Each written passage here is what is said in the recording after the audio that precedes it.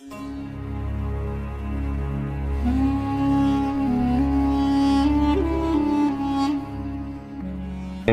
یہ میلاد شریف منایا گیا اور آپ جو یہ سجاوٹ وغیرہ کرتے جھنڈے ونڈے لگاتے ہیں تو اس سے بہتر ہے کسی غریب بیٹی کی شادی کرا دی جائے تو یہ ہوگا. چلیے بیٹھیے, آپ تشریف رکھیے. ماشاءاللہ. سب سے پہلے تو یہ طے کر لیں کہ بھئی کسی صحابی نے کیا ہو تو ہم کریں. ایک اصول طے کر لیں کہ ہم وہی کام کریں گے جو کسی صحابی نے کیا, باقی سب چھوڑ دیں گے. تو کتنے کام رہ جائیں گے دنیا کے, بتائیے مجھے. تو پہلے کیا ہوا, جب تبلیغی جماعت میدان میں آئی نا تو ان کے یہاں پنکھے نہیں تھے مکہ مسجد میں. کیوں جی, حضور کے زمانے میں پنکھے نہیں تھے. اچھا, وضو خانے میں ٹونٹیاں نہیں تھیں, لوٹے سے وضو کرتے تھے. کیا ہوا جی کہ حضور کے زمانے میں جناب لوٹے ہوتے تھے, ٹونٹیاں نہیں ہوتی. ٹھیک ہے, تو پھر آپ یہ ہوائی جہاز میں سفر کیوں کرتے ہیں, گدھا گاڑی میں گدھے پہ بیٹھ کر کے سفر کریں یا خچر پر سفر کریں. آخر ترقی ہو رہی ہے تو اس کے اعتبار سے یہ معاملات ہو رہے ہیں. نہیں, میں ایک صاحب کا نام نہیں لیتا, وہ کسی دعوت میں گئے تو اس زمانے میں ٹیبل کرسی پر کھانا معیوب تھا, انگریز کھاتے تھے. وہ بزرگ ان پہ گرم ہو گئے, کہنے نیچے دسترخوان. اچھی بات تھی, نیچے دسترخوان بچھایا انہوں نے, کھا لی. کل انگریزوں کی طریقے سے تم کھا رہے. سب انہوں نے ذرا ڈانٹ ڈپٹ کی. جب پیر صاحب نے کھانا وانا کھا لیا تو میزبان بچھاؤ بڑا شریر تھا, اس نے کیا کہ ایک طرف تو رکھی کار اور دوسری طرف رکھا گدھا. کہنے حضرت صاحب اب دیکھیے یہ تو ہے انگریز کا بچہ اور یہ سواری حضور علیہ السلام کے زمانے کے, تو کون سی پسند کریں گے آپ. ظاہر ہے کہ پیر صاحب کار میں ہی گئے نا بیٹھ کر, گدھے پہ تو نہیں گئے بیٹھ کر. تو کچھ ہوتے ہیں شعار, ہم اس کو پہلے بیان کر چکے.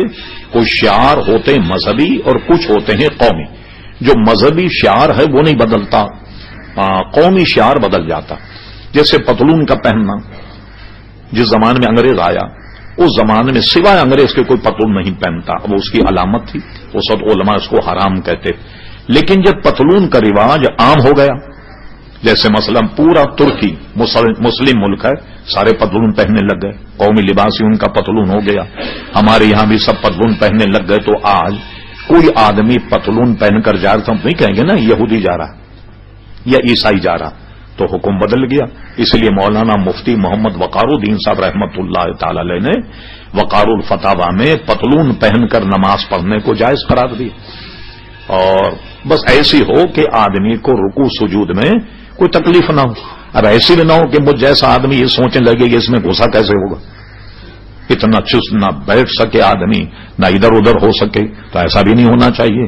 ٹھیک, تو آپ یہ طے کر لیں کہ جو کام حضور نے کیا ہے نا وہی کریں گے, باقی نہیں کریں گے. کچھ رہ جائے گا دین میں, کچھ نہیں رہ جائے گا. کیا ہوگا اس کا اصول سنیے. کیا اصول اس کا یہ ہے, یہ دو حدیثیں, ایک ہے حضرت ابو موسیٰ اشعری رضی اللہ عنہ اور ایک ہے حدیث حضرت معاذ ابن جبل. اس کی بنیاد حضور علیہ السلام نے, یہ دونوں یمن کے قاضی تھے اور دونوں حدیثوں کا مضمون تقریباً ایک ہے. وہ یہ ہے کہ حضرت ابو موسیٰ اشعری کو جب حضور نے قاضی بنایا, ان سے پوچھا فیصلے کیسے کرو گے. ان کا پہلے میں قرآن مجید میں دیکھوں گا. خود حضور فرماتے اگر قرآن مجید میں وہ قضیہ نہ ہو تو فیصلے کیسے کرو. پھر حدیث رسول دیکھوں گا. ٹھیک, اس کا مطلب حدیث سے یہ پتا چلا کہ بے شمار مسائل بظاہر قرآن میں نہیں, وہ حضور کی سنت میں. فرما اچھا اگر حدیث میں بھی نہ ملے مسئلہ تو کیا کرو گے. تو حضور علیہ السلام نے جب یہ سوال کیا تو انہوں نے کہا میں قرآن حدیث کو سامنے رکھ کر اپنی رائے قائم کروں گا جو قرآن حدیث سے قریب تر ہو. تو حضور علیہ السلام بالکل تم نے ٹھیک کہا, اور فرمایا کہ یہ اللہ کی مہربانی کہ اس نے میری امت میں ایسے افراد پیدا فرما دیے. اسی کو تفقہ کہتے ہیں, سمجھے, اسی کو فقہ کہا جاتا ہے کہ قرآن حدیث کو سامنے رکھ کر جو درپیش مسائل ہیں ان کا جواب جو ہے وہ دیا جائے.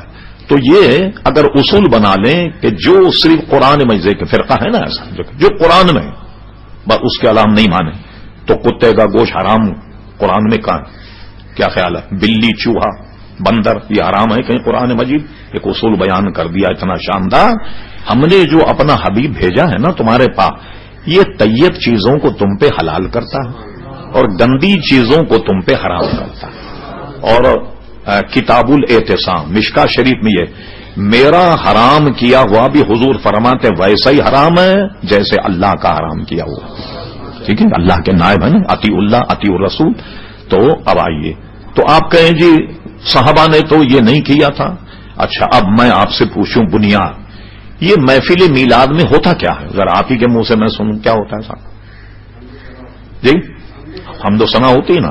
اچھا, حضور علیہ السلام نے حضرت حسان ابن ثابت کو ممبر شریف پر بٹھایا اور دعا کی اللہ تعالیٰ روح القدس کے ذریعے ان کی مدد فرما. ایک حدیث میں کہ حسان اپنے کلام کو سناؤ, اللہ تمہارے منہ کو نیچا نہ دکھا, اور وہ حضور کی نعت سناتے.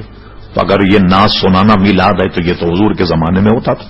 اور صحابہ کرام علیہم رضوان تو حضور کا ذکر و اذکار کرتے تھے. تو میلاد میں اگر حضور کا ذکر و اذکار ہوتا ہے, یہ بھی تو محفل میلاد. اب آپ کہتے ہیں جی جلوس نکالنا. جب حضور علیہ السلام مدینے شریف گئے, چند دن آپ نے قباء شریف میں قیام فرمایا. یہ حدیثوں میں, تفسیروں میں, سیرت کی کتابوں میں نہایت ہی وضاحت کے ساتھ یہ واقعہ موجود. اہل مدینہ جہاں سے قافلے آتے ہیں نا قباء سے, اس کے راستے میں کھڑے ہوتے, انتظار کرتے. جب سورج غروب ہو جاتا تو فرماتے نہیں یار, اپنے گھر چلے جاتے. تو جس دن حضور علیہ السلام تشریف لائے تو اہل مدینہ نے پورا جلوس نکال کر حضور کا استقبال کیا, اور چھوٹی بچیاں جو ہیں انہوں نے وہ نعت پڑھی, طلع البدر علینا, یہ والی نعت انہوں نے پڑھی. تو حضور علیہ السلام کا استقبال تو انہوں نے جلوس سے کیا. ایک بات یہ جو احمد کہتے ہیں نا کہ صاحب وہ تو پوری سیاستہ میں دکھائیے کہ جلوس یہ میلاد النبی. ٹھیک, اب سیاستہ کسی نے پڑھی نہ ہو تو اس کو کیا دکھایا جائے.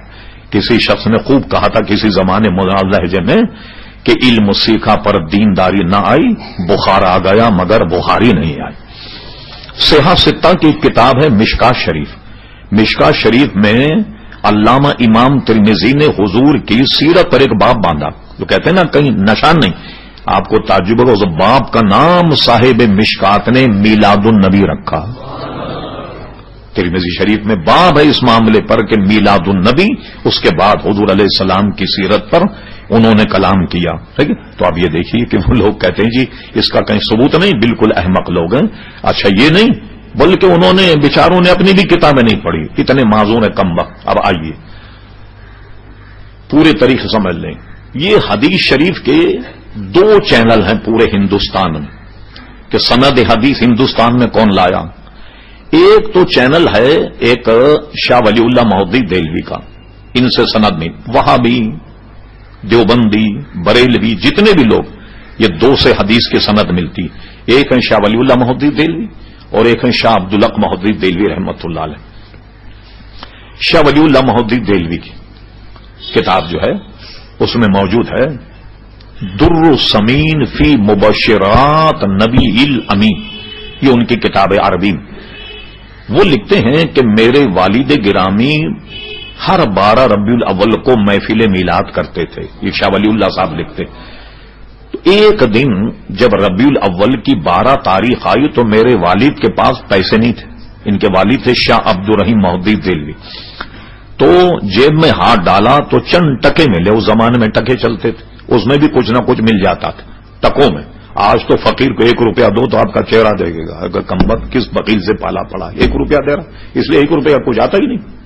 کیا دیں گے آپ, فقیر کو بھی 1 روپیہ نہیں دے سکتے بھائی. تو چند ٹکوں کے چنے منگا لی, چنے کا ڈھیر سامنے رکھا, محفل میلاد ہوا اور یہ چنے حاضری میں تقسیم کر دیے گئے. ٹھیک, جن سے سارے علماء دیوبند کی سند ملتی ہے.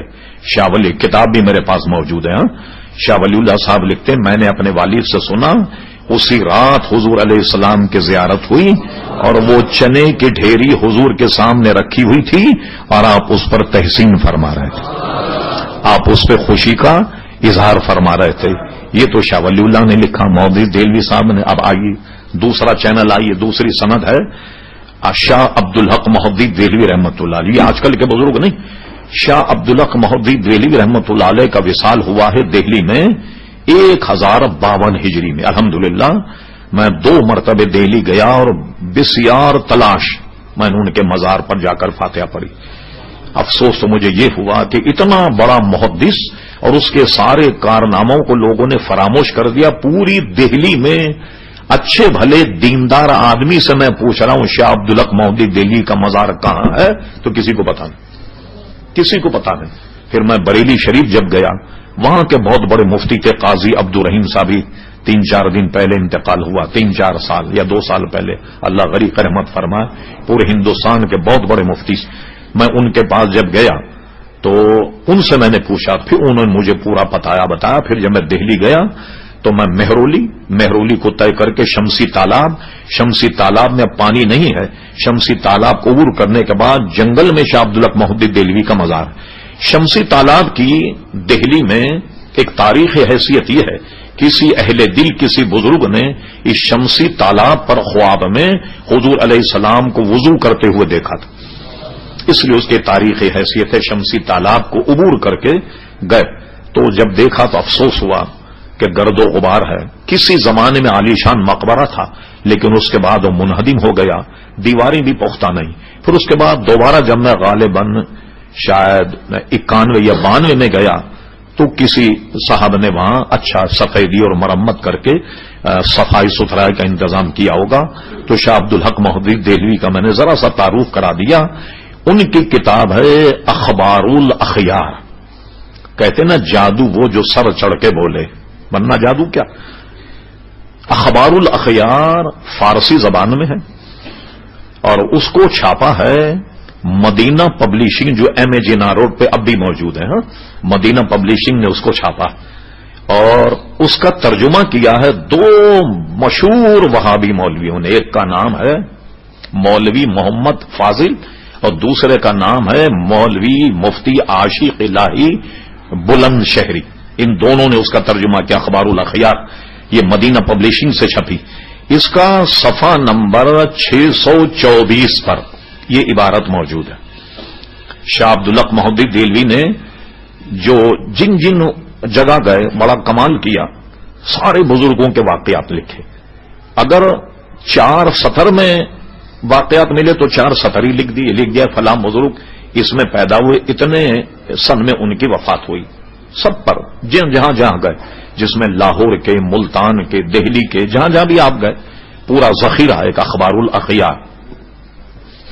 آخری میں انہوں نے اپنے حالات بھی لکھے کہ میں عبدالحق کون ہوں، میرے والد کا نام سیف الرحمان ہے، ہم ترکی النسل ہیں، بخارا سے ہندوستان میں منتقل ہوئے اور یہاں جب میں پڑھتا تھا سب اپنے واقعات لکھے کہ سبق میں اتنا منہمک رہتا تھا، جھکا کر کے جب پڑھتا تو کئی دفعے چراغ سے میرے بال جل گئے، آگ لگ گئی میرے سر میں وغیرہ، میں اتنا اپنے سبق میں منہمک رہتا۔ سارے واقعات لکھنے کے بعد آخری میں اللہ کی بارگاہ میں التجا کرتے، کہتے ہیں اے اللہ تبارک و تعالی، عبدالحق کے پاس کوئی عمل ایسا نہیں جو تیری دربار میں پیش کرنے کے لائق سمجھے۔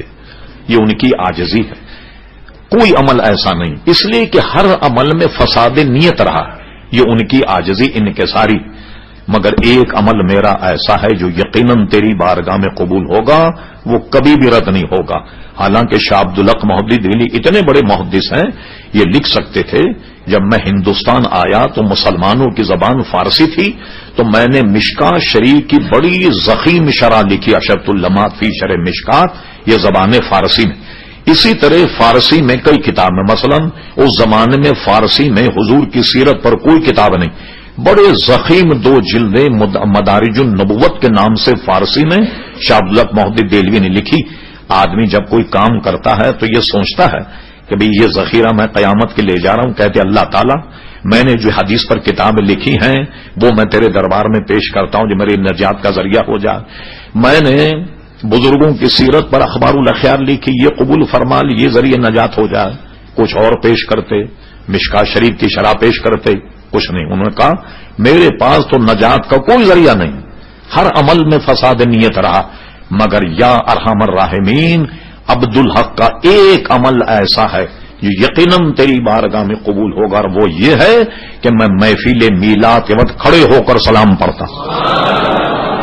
لائیے آپ میرے تو کتب خانے میں موجود ہیں، کسی وہابی سے منگوائیے، تمہارے مولویوں کا ترجمہ ہے، اور اس کو مدینہ پبلشنگ نے چھاپا، اور جناب وہ میرے پاس موجود ہے، اور صفحہ نمبر 26 اس کا نکالیے، 624 صفحہ نمبر، اس پہ شیخ محقن یہ لکھا۔ اب سنیے نتیجہ، یہ بتائیے آپ ایک عدالت میں مقدمہ چل رہا ہو اور گواہ آئے، جی آپ نے دیکھا ہے جو گواہی دی؟ آپ نے کہا نہیں، میں نے زید سے سنا ہے۔ زید کو کورٹ میں بلایا گیا، زید صاحب یہ آپ نے واردات کا موقع دیکھا ہے؟ انہوں نے کہا جی میں نے بکر سے سنا۔ یہ بکر صاحب کو بلایا، بکر صاحب کہتے ہیں بھائی میرے سامنے تو ایسا کوئی واقعہ نہیں ہوا، اب مجھے بتائیے اگر گواہی میں ایک آدمی کراس کوشچن جس کو کہتے ہیں اس میں اگر لاجواب ہو جائے تو مقدمہ ثابت ہوگا؟ نہیں ثابت ہوگا۔ اب کوئی آدمی اپنے آپ کو محدث کہے اور حدیث پڑھا ہے اور اس کی حدیث میں دو مشرک آ جائیں، حدیث سند کا کیا بنے گا؟ کیونکہ میلاد شریف منانا تو شرک ہے نا۔ شاہ ولی اللہ محدث دہلوی مشرک ہو گئے، ان کے والد شاہ عبد الرحیم صاحب بھی مشرک ہو گئے، شاہ عبدالحق محدث دہلوی بھی مشرک ہو گئے۔ اب بتاؤ تمہاری سند کا کیا بنے گا؟ جس کی سند میں کوئی مشرک آ جائے تمہیں تو حدیث بیان کرنے کا حق ہی حاصل نہیں بھائی، کیوں بے وقوف بنا رہے لوگوں کو؟